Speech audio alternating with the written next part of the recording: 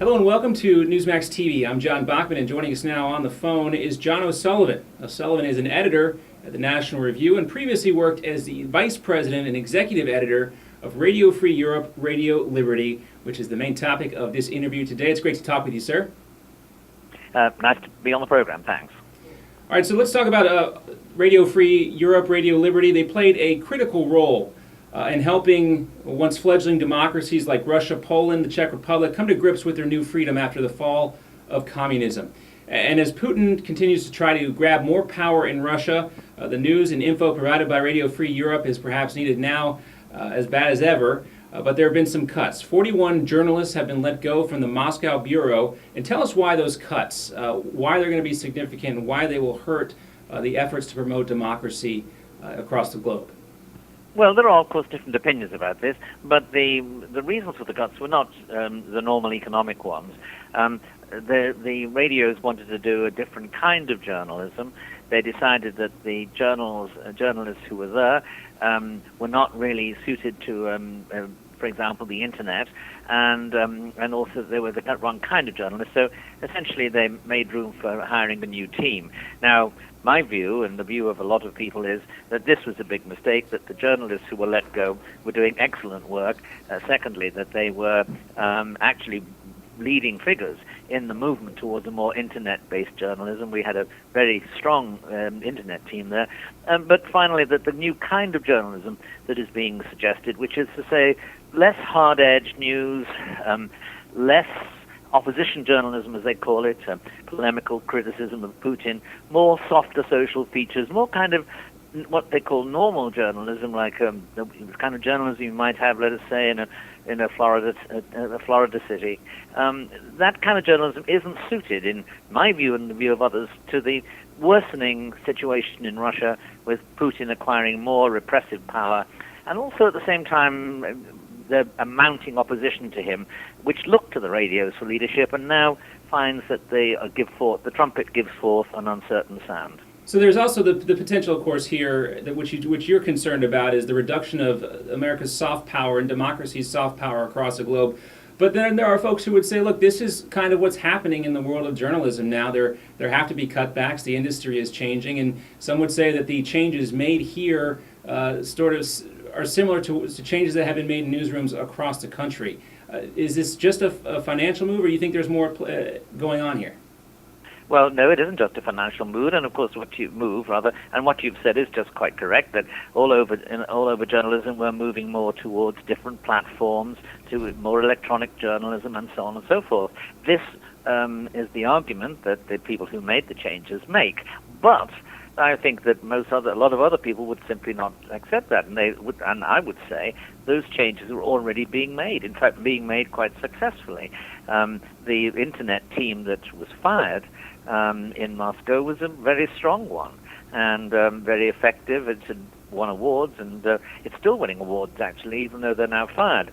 But having said that, obviously others take a different view, but my view is very clear here, that this is not just a question of, as you talked about, soft power. It's not just a question of cutting back on soft power. We might talk about that.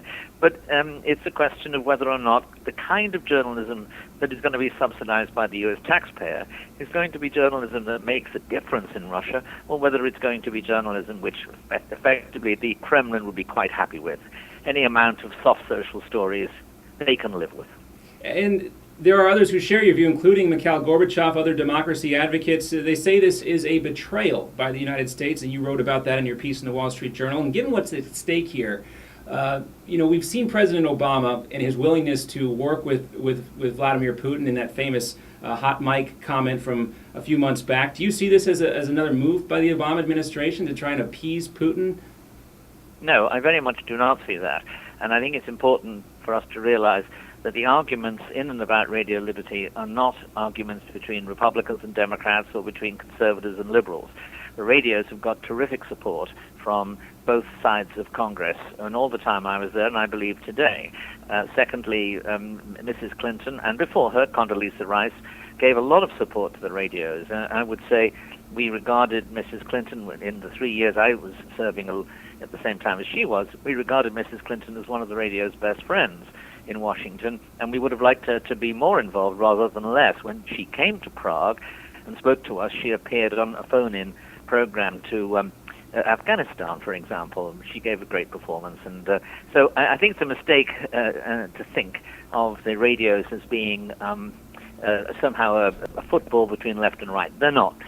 Both sides of Congress have given strong support to them and continue to do so. This is an argument within the radios, and as you say, within Moscow, the entire human rights community, from Mikhail Gorbachev on the left, so to speak, to Vladimir Bukovsky on the right, have protested very strongly. They've described it, as you said, as a betrayal by the U.S. I don't think it's a betrayal by the U.S.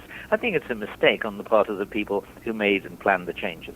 You talked about the State Department. Why haven't we heard more about this here in the United States and other media outlets? Well, it's a mystery to me, that, because it's a very good story. It's a story involving American institutions, great success, which have been very successful over the years, as about the American taxpayer, because after all, the American taxpayer funds these institutions.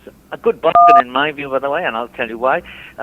How much do you suppose the 7 entities of United States International Broadcasting, which RFERL is one, how much do you suppose they cost? Well, they cost less than $1 billion altogether.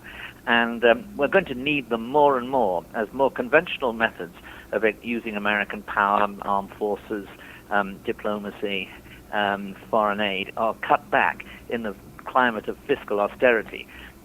We will need to continue, in fact, in my view, we'll need to expand U.S. broadcasting in order to continue to exercise influence, but exercise it cheaply and effectively, because the radios are effective, as the protests in Moscow at the change in policy shows. Yes, we've seen their success throughout history, an important component here. Now, Steve Korn, who is currently the president of Radio Free Europe, he is now resigning. Do you think that's in any way related to the concerns that you've addressed here? Do you see a better future now without Korn in place as president, or is this a bigger problem than just him? Well, Steve Korn did resign 10 days ago. He gave his reasons as being personal ones.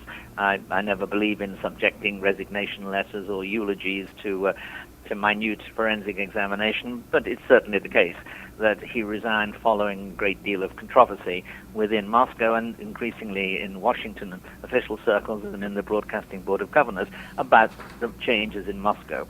And so they might not be unconnected, but that's... But the thing is that I don't want to focus on individuals, and I would say that what we need to do is to change the policy, and I think that obviously Steve was committed to that policy. Now he's gone, it may very well change. I hope it does. All right, well, as we continue to look at areas of the government that could face cuts, could be on the chopping block, we're also starting to learn about the implication of those cuts, not just a financial move here, as you say, but that's obviously one component and certainly something to consider. John O'Sullivan, thanks for bringing this to our attention, and thanks for being with us. Thank you very much indeed.